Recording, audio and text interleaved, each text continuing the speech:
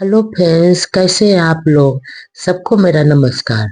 सतगुरु कबीर साहब जी के अनमोल दोहे और अनमोल विचार इस प्रकार।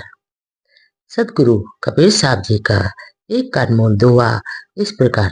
दीन लखे मुख सबन को, दीन ही लखे न को, बलि बिचारी दीनता, न रहु देवता होए। इसका अर्थ इस प्रकार है। हमारे सदगुरु कबीर साहब जी कहते हैं, समझाते हैं कि इस संसार में गरीब व्यक्ति सबके सबके मुंह की ओर देखता है, सबकी तरफ देखता है, मगर गरीब इंसान की ओर कोई नहीं देखता है। और ना यह गरीबी, आगे सदगुरु कबीर साहब जी कहते हैं, ये जो गरीबी है बहुत अच्छी होती है, क्योंकि अच्छे बुरे का पहचान या गरीबी ही करवाती है। कराकर मनुष्य को देवता बना देती है। क्योंकि जो इंसान लखपति है उसकी तरफ तो सभी कोई देखते हैं, सभी उससे प्यार करते हैं, मगर गरीब इंसान की तरफ कोई नहीं देखता है।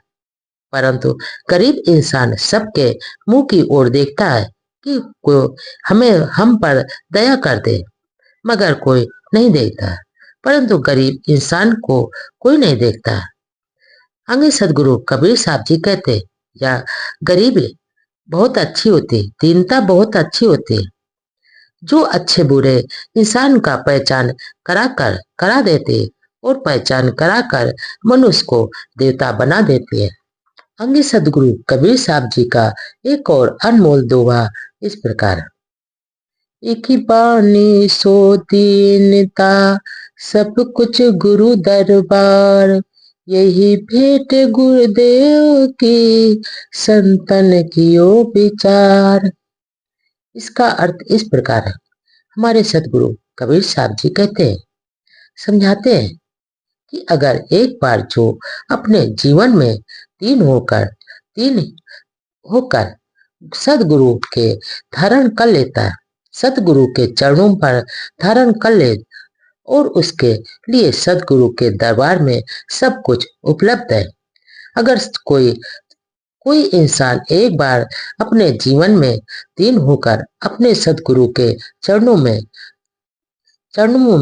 समर्पित हो जाए, धारण कर ले, तो इसके लिए सदगुरु का दरबार में सब कुछ उपलब्ध होता है, सब कुछ हाजिर होता है, सब कुछ सदगुरु के दरबार में उसको सब कुछ मिल जाता है।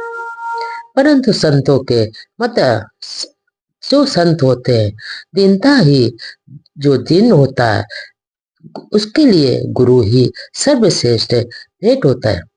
जो गरीब होता है, दीनता होता है, वो गुरुदेव के लिए सर्वश्रेष्ठ भेंट होता है। और दीनता ही प्राणी को सतगुरु के निकट पास में ले जाते हैं।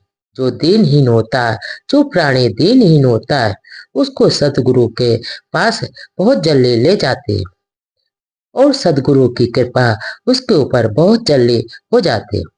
क्योंकि जो दीन होता है, हीन होता है, गरीब होता है, वह विनम्र होता है, उसके अंदर सहनशीलता होती है, और वो अपनी विनम्रता से सदगुरु को प्रसन्न कर देता है, और सदगुरु उससे उसके ऊपर हमेशा कृपा करते हैं, उसके पर प्रसन्न होते हैं।